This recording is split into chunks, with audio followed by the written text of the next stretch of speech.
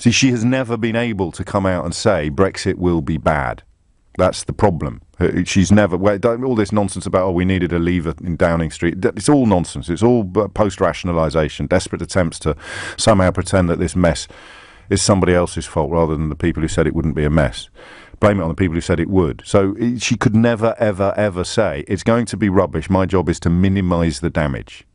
She could never admit the most fundamental truth of Brexit that she knew to be true. Now, oddly, given her profoundly un-Christian attitude to her fellow man and woman, oddly, she sees the abolition of freedom of movement as a win, as a plus.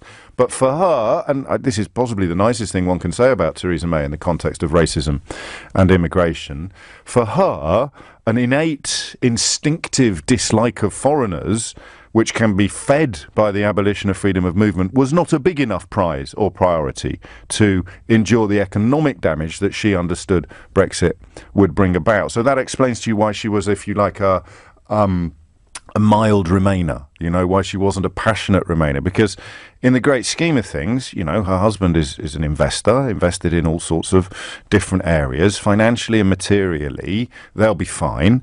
I say this advisedly. They don't have any children, so that's not going to be a consideration for her. So she's just thinking, there's going to be an economic hit, and that's bad. That's like 8 out of 10 bad. But we'll be able to abolish freedom of movement, and I've never really liked foreigners. That's only 6 out of 10 good, you see, for her. So she's still left 2 points against Brexit. So the minute she became Prime Minister, what she should have done is come out and say, look, it's going to be awful. Well, she couldn't have done that, but in a rational universe, it's going to be awful, but this is what you want. My job is to make it as unawful as possible. And that's what her deal is. The least awful negotiable arrangement with the European Union. Step forward Jacob Rees-Mogg and his monocled mutineers, and step forward Jeremy Corbyn and his bearded buffoons, and they'll argue there's a better deal available. Or, depending on what day it is, Rees-Mogg might argue that no deal is better than a bad deal. And that's why we are where we are. So what's the best thing that could happen? Well, it's going to be rough. It's going to be tough.